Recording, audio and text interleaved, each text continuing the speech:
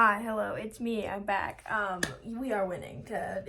Unfortunately, some of you are losing, but last chance for spoilers. You know, Abbott is dead, woohoo, and what did I say?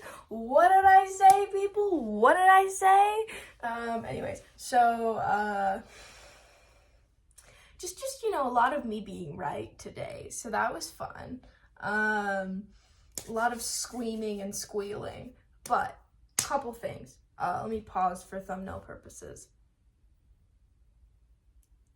Okay, cool. Anyways, so first and foremost, there are a few things that we only really care about. Two things this episode. We care about the vampires because there are issues, and we care about Abolish. But we're gonna do vampires first. Because then I don't feel bad if people can leave if they want to, because then I can just yap as much as I want about my boy. But we're gonna do vampires first. So, the fun thing happened. The thing that I didn't think was gonna happen, it happened, guys. The most juicy option. Oh, and I wasn't kidding when I said that there would be repercussions.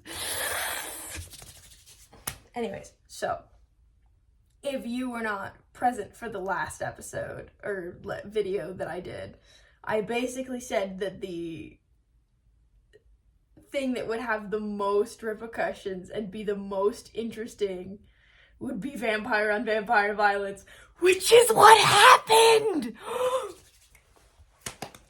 Someone was listening. They granted my, I didn't, ask for it. I kind of wanted it because it would be tea, but I wasn't gonna hope, I wasn't gonna ask, and so someone heard my thought brain and was like, we can make that happen. And I was like, I didn't even have to ask. Someone be hooking me up upstairs. What's going on? I'm getting everything I want. Abolish has been beating everyone up and aura farming and just being the goat, and some of you are over here crying in a hole because Abed's your favorite or something to the effect of, no, my vampire family is dying, and I'm over here everything I wanted is happening. Sucks to suck. Anyways, sorry, I'll stop, Fortnite dancing over your dead body, but that's kind of how I feel right now. Anyway, sorry, I'll try and chill out on my gloating, because that's kind of signature look of superiority. Okay, now I can move on. The vampire family is schisming. They are schisming so hard. They were already kind of schisming, but they're schisming way worse now. Okay, so what colors do we want to use? Let's use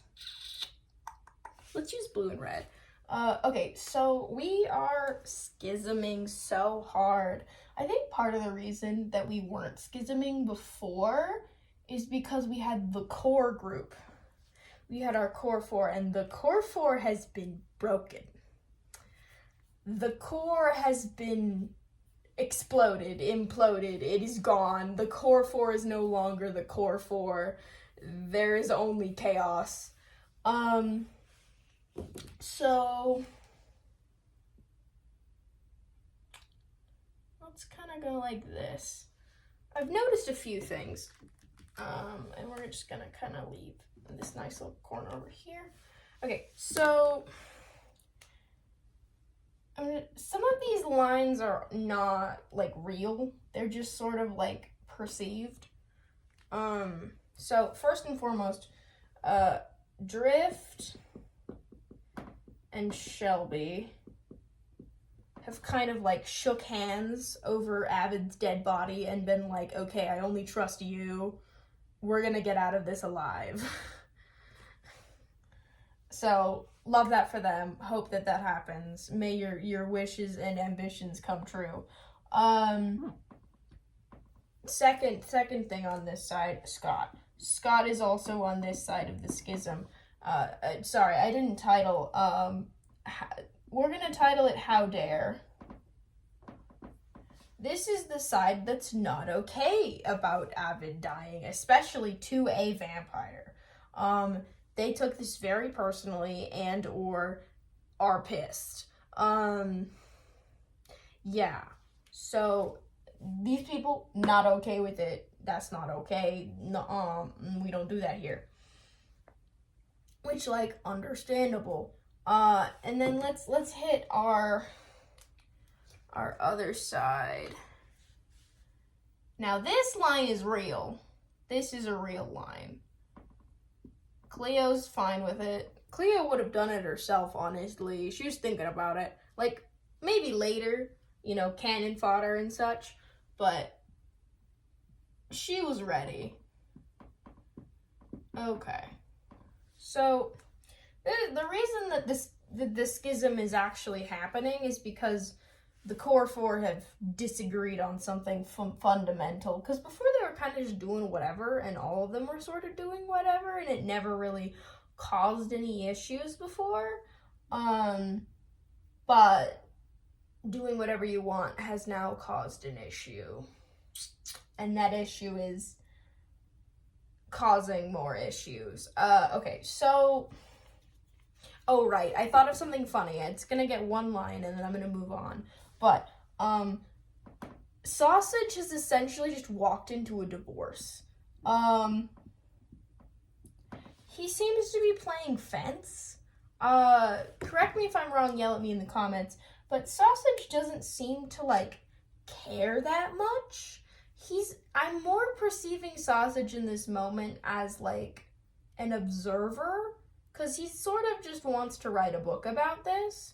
So, he is participating, but is more likely to just agree with whoever he's talking to. Because he would like to live to write the book. So, Sausage is a child who has just walked into a divorce. And he's just kind of whichever parent will keep me alive is the one I agree with. Is kind of the energy here. Cleo is respect to was it Pyro, Owen, or both? I don't know. Basically, Cleo's respect. Was mostly fine with the Avid thing, but did kind of beef about it when in a bigger group. It's interesting. Cleo kind of changes their answers depending on who they're talking to. There's some interesting stuff going on there that's worth digging into. I'm gonna call this side deserved. Yeah. Team deserved and how dare. So, yeah, I went over, okay. More words. Okay, so, these guys are okay, Owen and Pyro are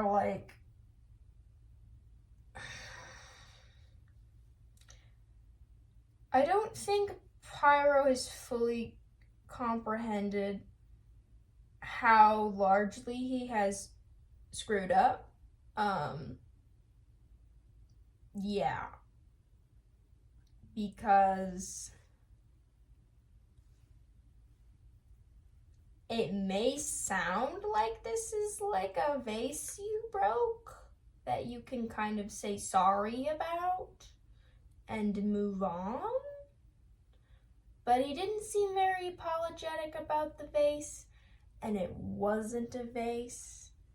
It was the flower that your mom got for her wedding gift, and you killed it,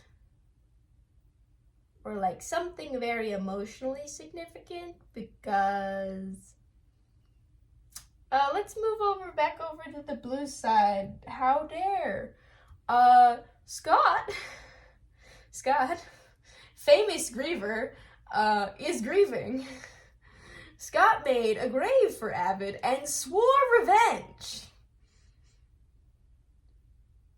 Scott does not make empty promises.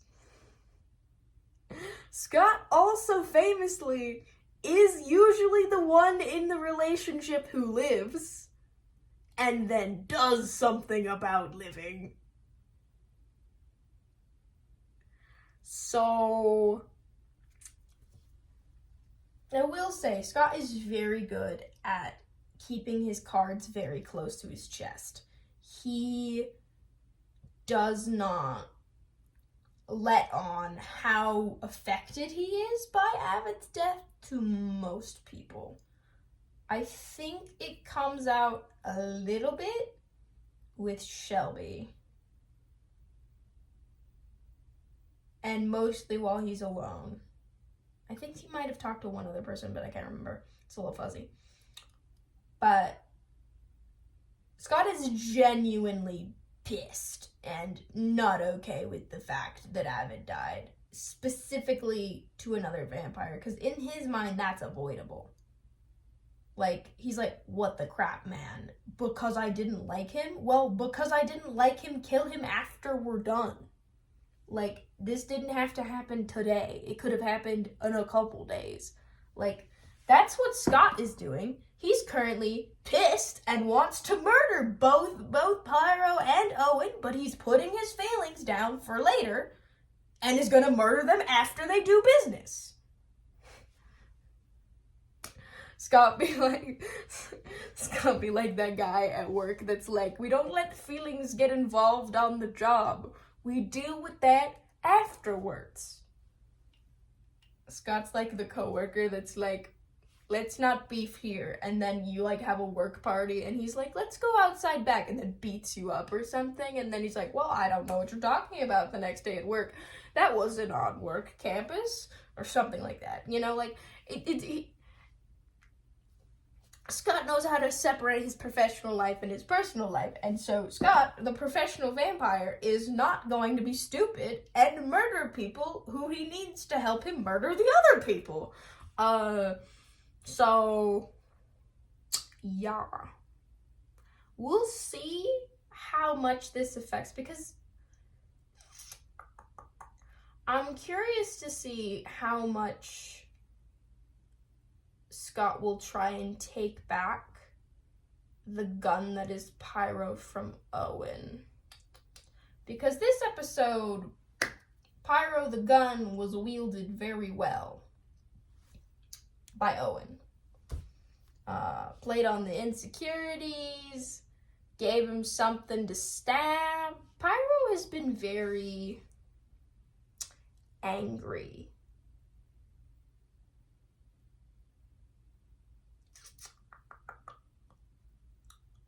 We'll see. Okay, so the short version is Sausage doesn't really have a side he wants to live, which is kind of Cleo's side, but he's gonna take a side. It's just the one he thinks will, like, keep him alive, I would imagine. He seems to be pretty chummy with Shelby, which makes sense. So he'll probably end up on Scott's side, but the thing that's interesting here is that Cleo is kind of buddies with, like, Drift and Shelby to a pretty good extent. The thing is, Cleo just doesn't care about Avid specifically. But yeah, so they're fractured. They're a mess. I imagine... That was the thing I was going to mention earlier. Will Scott try and take back Pyro? That's a weird way of saying it, but that's kind of what's happening. Man, Pyro's another child of divorce. Yes, my parents, Owen and Scott. I was actually literally thinking that with Avid the other day. Man, there's so many parents and so much divorce.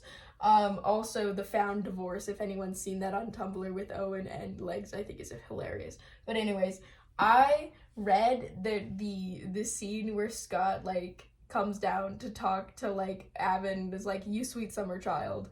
I think he might say that word for word. It's something similar to that, and is basically like, Pookie, bestie, I'm gonna need you to stay home and not die, pretty please. Stay here. 'Cause, like, not safe. And that's like mom that's like, okay, stay home. You need to get better. And then Owen comes down, like dad, and dad's like, you're fine. Get back out there. We're going. And you're like, no. And then he's like, no, you're coming. And he's like, okay. Is kind of what happens. Yeah. Also, Owen kind of has been using the hey kid, you like proving yourself thing on several people. I would say he's doing it, well, it's mostly to Avid. But yeah, so yeah.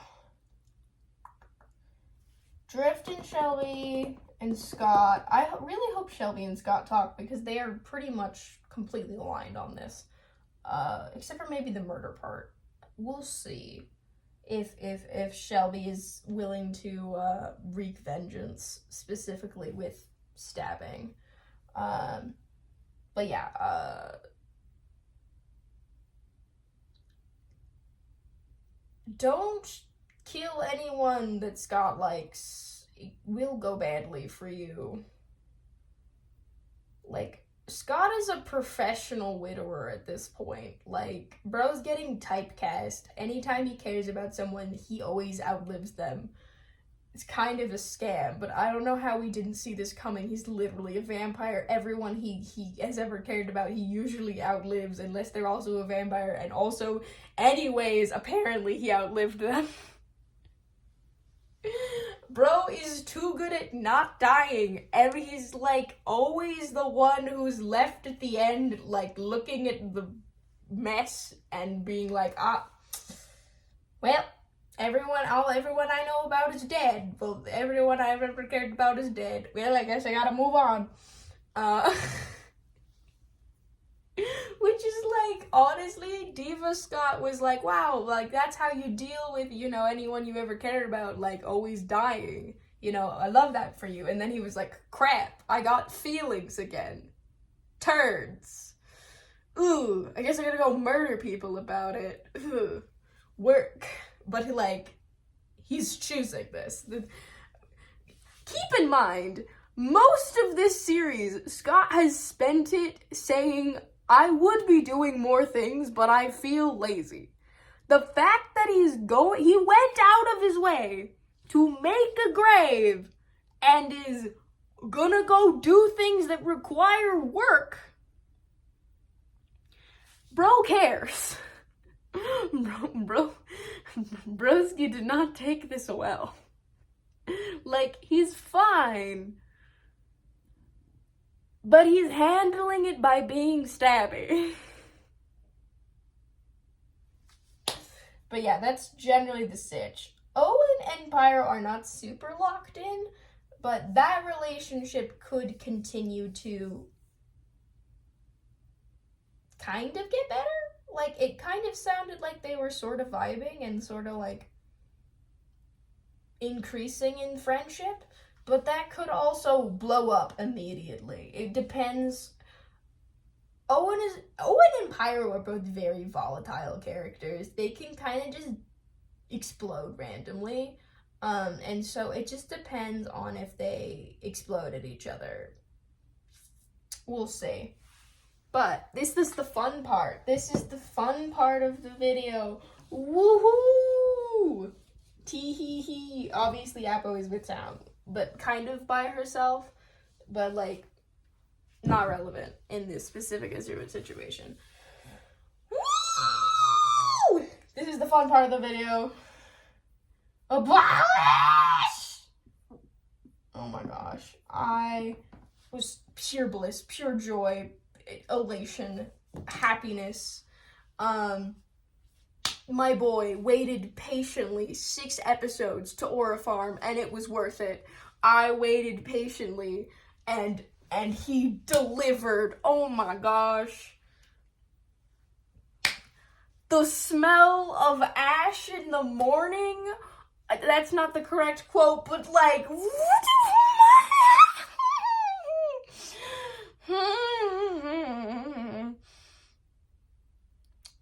and the vampire hunter lore, oh my gosh, I am not surprised. I was expecting something to this effect, and it slapped. Let's go. But anyways, I will move on from my pure joy. Yeah, so while you guys were crying, I was squealing in excitement and fist pumping constantly because I watched Abolish's POV first. Yes, I chose to wait. Anyways, so bro is carrying. Oh my gosh. Bro is carrying town so hard. It's crazy. Yeah, so he has, let's just, first of all, the strategy is insane. Bro is thinking about logistics. Shade, food, silver. He's starving out the vampires. He's giving them less cover to deal with, and he's got the thing that you know is the best counter to them in combat. The other thing, usually there's kind of like a little bit of a lead up in these episodes. Like there's sort of like a, yeah, okay, things are happening, and then we come out the gate swinging. Like, immediately starts killing all the animals in town, immediately starts crafting up flint and steel. Bro is ready to burn down a forest, and more power to him for that, okay? Fabulous. But the strategy is insane. Oh my gosh. He is not messing around. Okay. Second of all,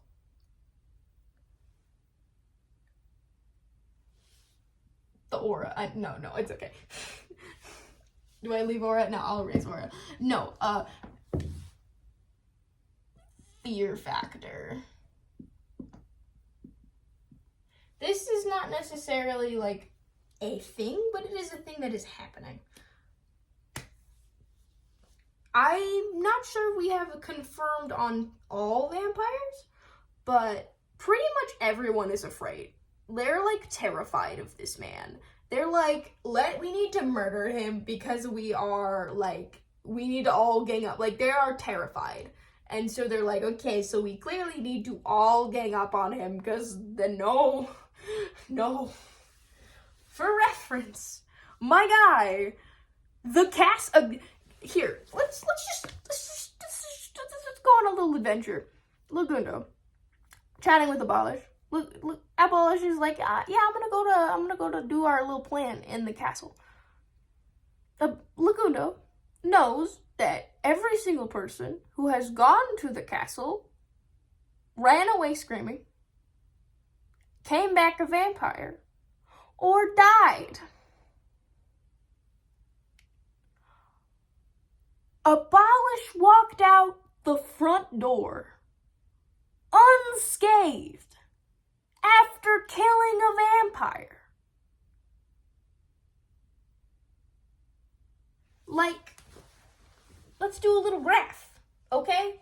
Like, if this is the graph, and this is how badly it went for everyone when they went to the castle the first couple times, it's over here. It went horribly. These are all of our data points that we have. And then Abolish is like, yo, crushing it out there. And he's like, what? Excuse me? And says within this episode, I think at least twice, who are you? With like genuine, like, What? Which, fair, when all of your data points are this. But yeah, everyone is terrified. Because, like, and also, not everyone, if you haven't seen either Drift or Abolish's POV, you probably wouldn't know. I think he does mention it. But when he is burning the forest down, he basically says, hey, Drift, you don't want to be near me right now. And Drift is like, okay, and leaves. Which is fair. Honestly, Drift read a lot more animosity into that than I think there actually was. I think Abolish was giving a genuine warning. He was like, hey,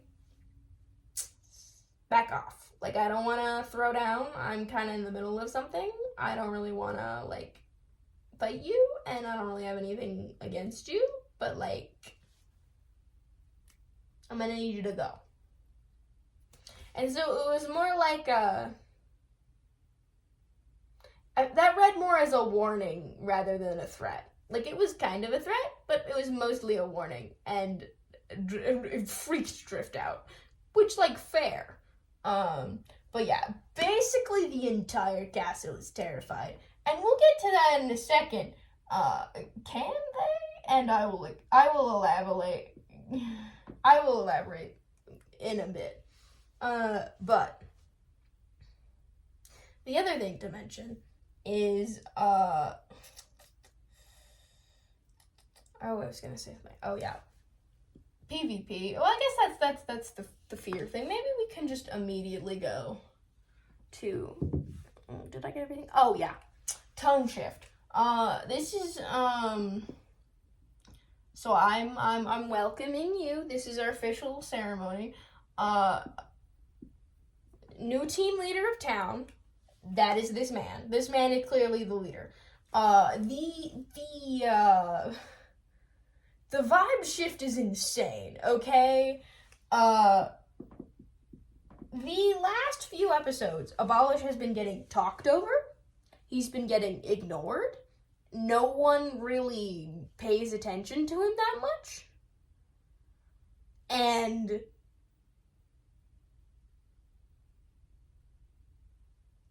the best way to describe it is that Abolish has gotten fed up. This is a no more Mr. Nice Guy, I'm taking off the kid gloves. One of the things I want to specifically point out is that Abolish says the phrase lenient when he is talking about, like, town and all the crap that's been going down there. He says, I have been being very lenient with you guys. Lenient is a word that you use when you could affect, change, or do something about it. You are allowing. And by using that phrase, essentially Abolish is saying he could have dealt with this day one. Like, obviously, he could have. Again, he prefers to keep his work on the DL, and that's fair. But bro is effectively saying that he considered, once he knew the vampires, taking them out back and dealing with them. Like, he didn't because of the whole beacon situation and stuff like that, because it's more complicated. But it is heavily implied that he could and would and probably has. Gotta say, just saying, all of my theorizing and all of my paying attention has felt incredibly rewarded. But yeah, first thing to notice. Abolish is, I don't want to say monotone, but he kind of is a little bit. But if you listen carefully enough, there is a tonal shift between episode 6 and episode 7. In episode 6, and throughout most of his POV, Abolish has a tone that is very passive, very much I am commenting on things that I am seeing. I'm just observing.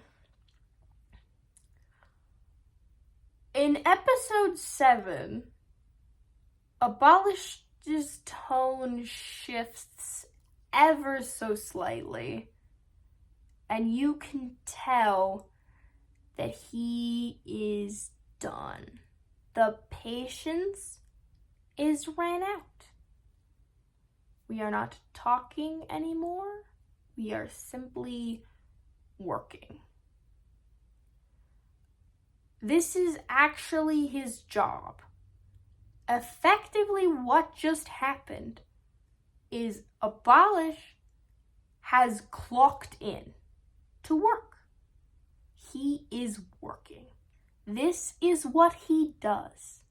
He is systematically doing things that he has done many times before.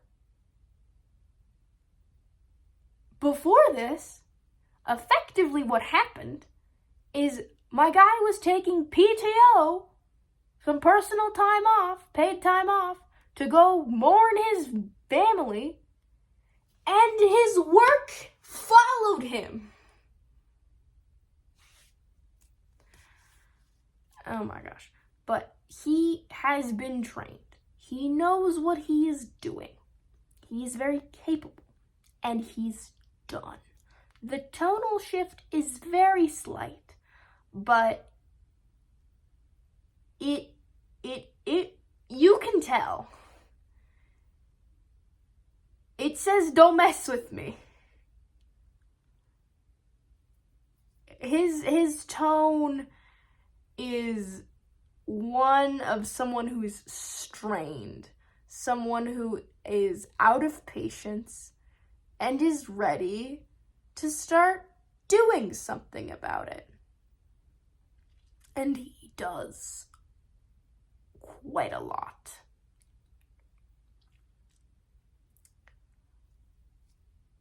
But it is so fun to see. No one listens to me, no one pays attention to me, no one is looking at me to, I am in charge, I am the leader, you guys are looking at me, you guys are listening to me. The flip is insane, because it just happens. Because Abolish turns on the switch of I'm working now. We're gonna get this done. And when Abolish turns on work mode, everyone just kind of shuts up and listens to what he has to say and then does it.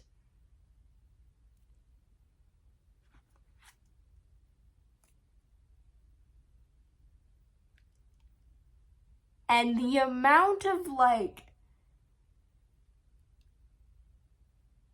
presence you have to make the town that has been a chaotic mess shut up and get stuff done is insane. And he has that much presence.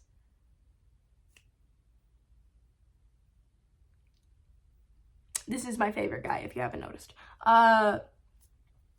Few more things. Aside from carrying, we have our lovely thing, Can Day. So this is a little bit meta, but me and Pix my goat, were chatting, and we were thinking, can the vampires even kill Abolish? Because I don't know if they can. So, on top of all of this, I don't know if they are capable or if it's even possible.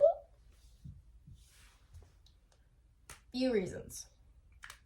Okay, so Abolish is very good at using his abilities. First of all, actually, one more thing. Throw me in the comments. I think all of the humans have been getting their own personalized special ability. Doc has the surgery thing. Pearl has the claws. Abolish has the mini beacon. Does Martin have one? I haven't checked. And then Ren basically doesn't have an episode. Couldn't make it. Not relevant currently. Let me know if Martin has one. That would be interesting. But can the vampires even kill Abolish? And my answer to that is probably not. Okay, so first of all, they would need to gang up on him a lot. Like, I don't know how many, but like most of them. Most of them. And coordinated. But even in this scenario, because if he's by himself, if it's just a 1v1, he wins or he leaves, and you're losing. They have to be coordinated. Abolish does not leave at night. He might leave at night, like a little bit, but he is very careful and very smart to not be vulnerable. Good luck catching him. Yeah. Catching him away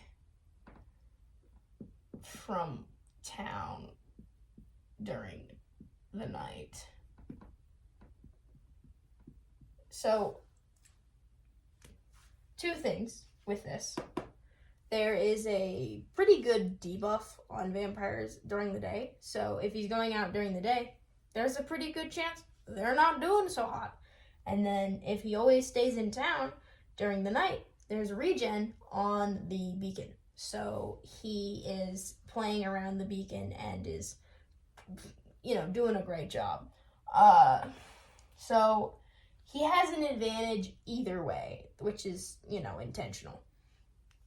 So, in this situation, they're either fighting him during the day or in town. During the day, Abolish will just, freeze Silver,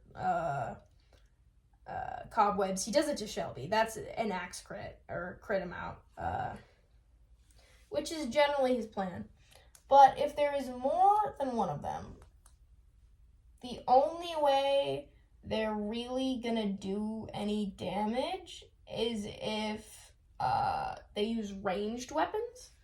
They're gonna need ranged weapons. So Scott's bow. I don't know if anyone else has a bow. Maybe one other vampire has a bow. They're gonna need ranged weapons because Abolish is very good about playing around his Silver. They're gonna need, because good luck convincing him to leave his Silver. He's not going to. He might, but not really, until he's won the fight. Silver gameplay.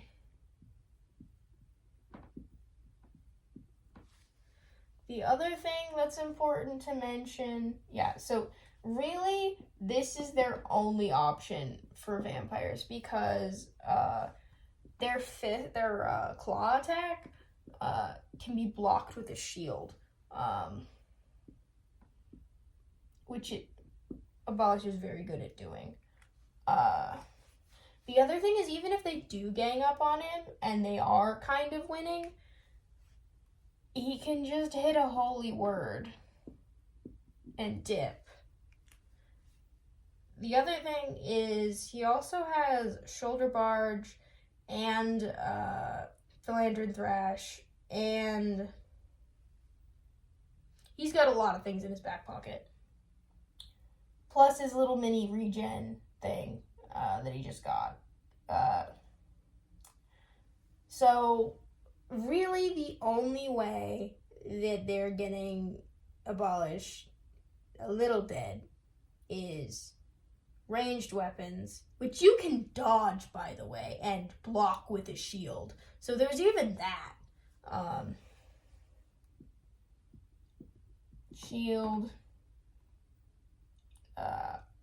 dodge.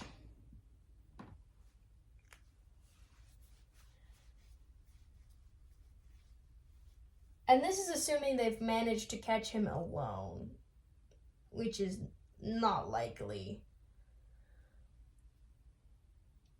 They're need to use ranged weapons. Can they? Like, Abolish is very good at staying calm in these situations. Most of the reason that the vampires are losing is because they're committing to a fight they're committing to a fight they're thinking that they're gonna win. I've said this before. They commit and they lose. That's the only reason a vampire dies, is if they commit to a fight and then they lose. So it's usually their own stupidity that gets them killed. Because they have a lot of ways to leave the fight. Yeah, so given all of this, because Abolish does stay calm when he's fighting, which is a completely underrated trait. It gives the energy of, like, how many times was this drilled into your brain, because it's just, like, mechanical at this point. So his ability to remain calm in what would otherwise be a stressful situation and perform at, like, peak capability and, like, peak performance is insane. And so most of the vampires would just leave the fight or go try and hit someone else or give up or not care enough, or, like, there's just so many reasons for you to get annoyed and stop trying to fight Abolish. Because one thing that happens is he literally just stands on a silver block when he's talking to Owen. He's just, like, chilling. He's just chilling there, and he's just like, yeah, what up?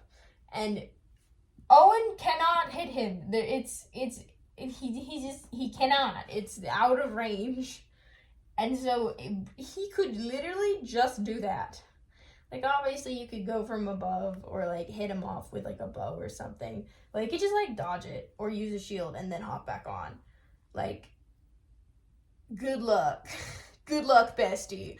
Good luck. Like, this feels, like, harder than it is to kill Scott. Like, I'll be so for real. Like, Scott in the Life series, about this hard to kill, but I think it's more difficult to kill Abolish than Scott at this point.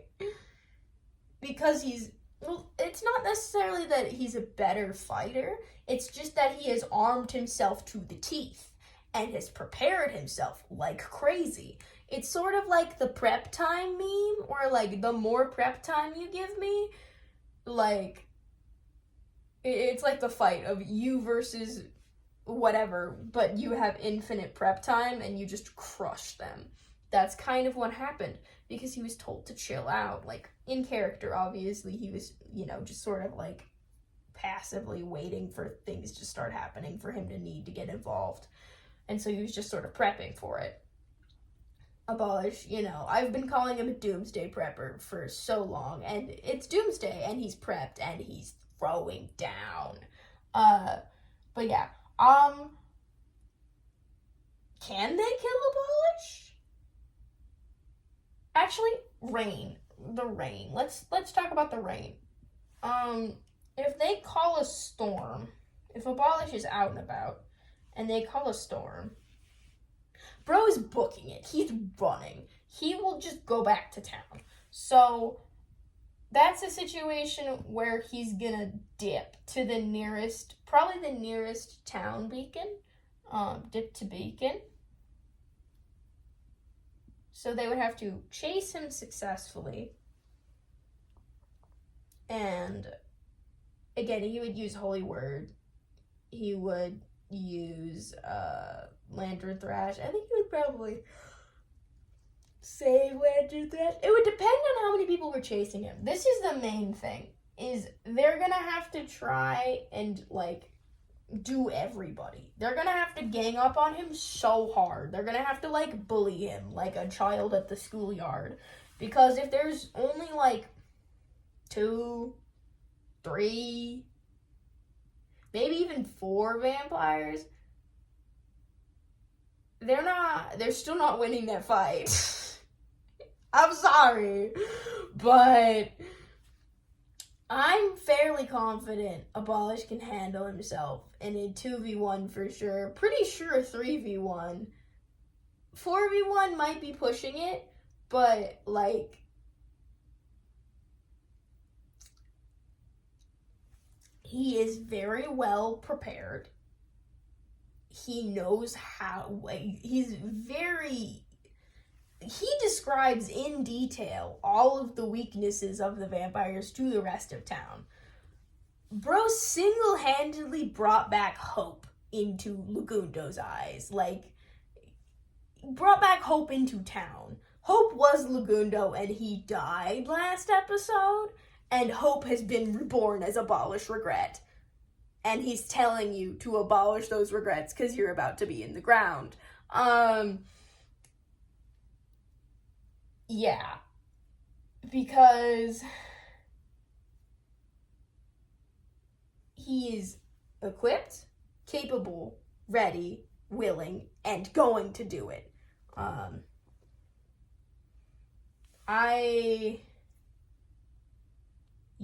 The division amongst the vampire side is going to bode very well for town, which has sort of like, honestly, them losing Sausage was kind of a good thing. Like, I'm not even capping here. Like,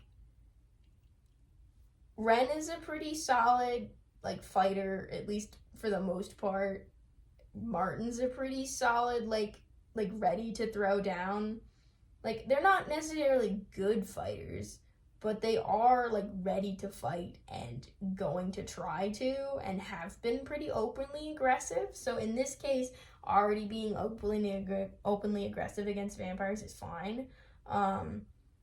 Legs has kind of busted out his old, like, he kind of locked in. He does die in the fight, I believe, but he does a lot better than last episode. He's definitely tapping into some of his old instincts, which is fun for tea purposes and for angst. But town sort of just, like, fell into Abolish, like, how do I explain this?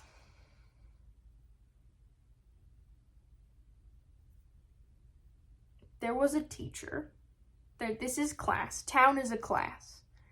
And a substitute teacher walked in and, like, commanded the room.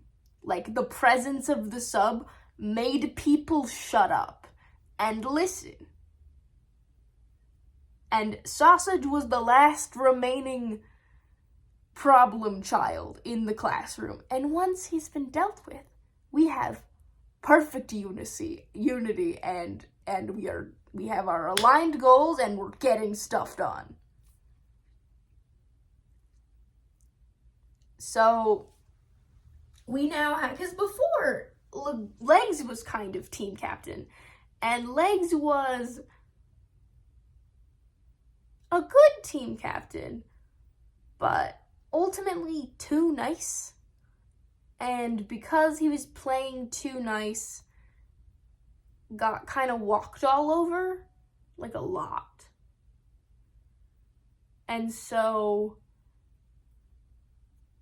with his resignation or abdication of team leader of town to Abolish, we now have someone who is not going to give something half of his effort. There is no halfway. There is only, we are doing this, and we are doing this now. There's no room for discussion. We're not talking about this. We're not discussing, oh, are we going to try and do so-and-so? Are we trying to save? Are we trying to cure? Are we trying... No. We're burning down the forest. We're killing all of their cows. we're going to get a bunch of silver and we're going to fight them. There is clear instructions and people are following them very effectively. Like, as soon as Abolish starts, like, commanding the room, essentially, and sort of, like, turns off, you know, baby mode and stops, like, you know, trying to blend into the walls and just sort of not be noticed as much, and is, like, talking, like, hey, I'm gonna do this. People listen, and they are doing stuff. And it makes me wonder how much of, like, the early chaos and, like, the absolute hot garbage fire that town was could have potentially been avoided if Lugundo had taken more of a strong leadership position, because he was pseudo-leader. Like, he was. That position has since been taken, and it's official leader now, basically. But it makes me wonder because it sort of snapped into place. Like, maybe it's also the threat of the vampires that's sort of, like, starting to be like, okay, well, let's not fight about dumb stuff. We need to do things. But it really makes me wonder how much of the chaos in town was caused by the lack of a firm hand in town. Because there wasn't really one before. This is basically the Abolish video. I'm gonna be so real. I'm basically gonna cut this in half and just be like, this is basically an Abolish video. I'm not apologizing. I might make another one. Sucks to suck. But yeah, that was episode 7. It slapped. Oh my gosh. I made so many noises. It was fabulous. I shall see you next week. Next week, I imagine... Actually, you know, this might be a bi-weekly show. Well, I don't know if I believe them. We've had bi-weekly for the last little while. I'm hoping that it's not bi-weekly again. But I don't know how much I believe them. Because we've had a couple of shenanigans. Like, I'm joking, but I'm only half joking. So, 1 week, you know, because it happened today,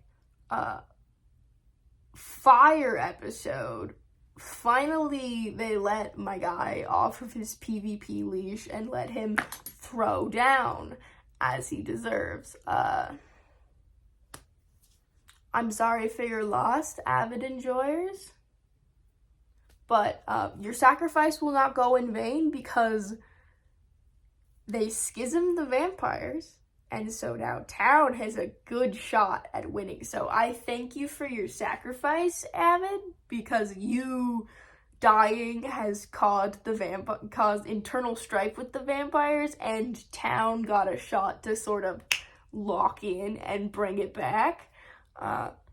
Oh, I didn't mention on here, Abolish also has 5 lives, so they would have to kill him 5 times if they wanted to straight kill him instead of turn him into a vampire and then attempt to stake him. Anyways, there's that. But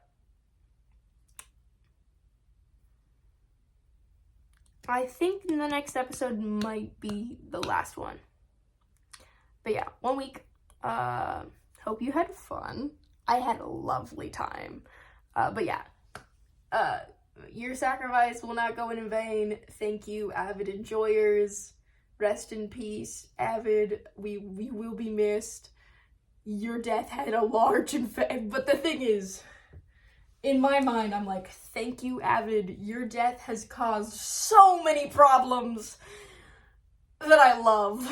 I love all of the problems that came from Avid dying, so I am not bothered by him dying at all. In fact, I'm so happy about it because it caused so many repercussions. It affected basically everyone. It's fabulous. His death haunting the narrative. fabulous. Peak cinema. Thanks, bro. Anyways, hope you enjoyed.